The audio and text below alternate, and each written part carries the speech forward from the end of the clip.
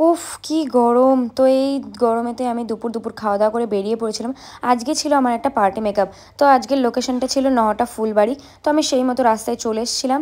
আর আমাকে নিতে চলে এসেছিল আমার একটা বন্ধু। তো চলে গেছিলাম। আর আজকের ক্লায়েন্ট আমাকে দিল্লি থেকে বুক করেছে। বাপ রে বাপ, ভাবা যায়! তো দিল্লি থেকে বুক করার কারণ এটাই হচ্ছে, সে তার বরের সাথে কাজের সূত্রে দিল্লিতে থাকে। তো সেই কারণে এখানে আসা হয় না। আর এটা হচ্ছে তার মামা শ্বশুরের বাড়ি। তো আজকের ক্লায়েন্ট আমার থেকে একটা সিম্পল লুক চেয়েছিল। তো বলেছিল বেশি হিজিবিজি করবে না, আমার স্কিন টোনেই রাখবে আর একটু যেন ফেসটা গ্লো করে। তো আমি সেই মতো step by step makeup start করে দিয়েছিলাম। আর গরমকাল যেহেতু বুঝতেই পারছো, তো ফেস প্রিপারেশনটা মাস্ট। আজকের আমার ক্লায়েন্ট ভীষণ মিষ্টি ছিল, খুব ভালো ছিল দিদিটা।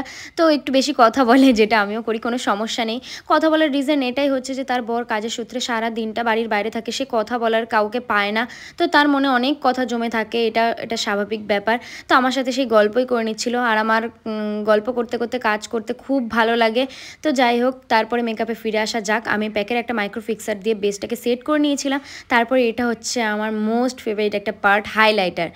তো দেখো তোমরা কতটা গ্লো করছে ফেসটা, আমার তো খুবই ভালো লাগছিলো। দিদিটা ফার্স্ট টাইম এরকম লুকে এসেছে, কারণ হচ্ছে তার বিয়েটা হয়েছিল লকডাউনে, তো সে এরকম সাজতে পারেনি সে।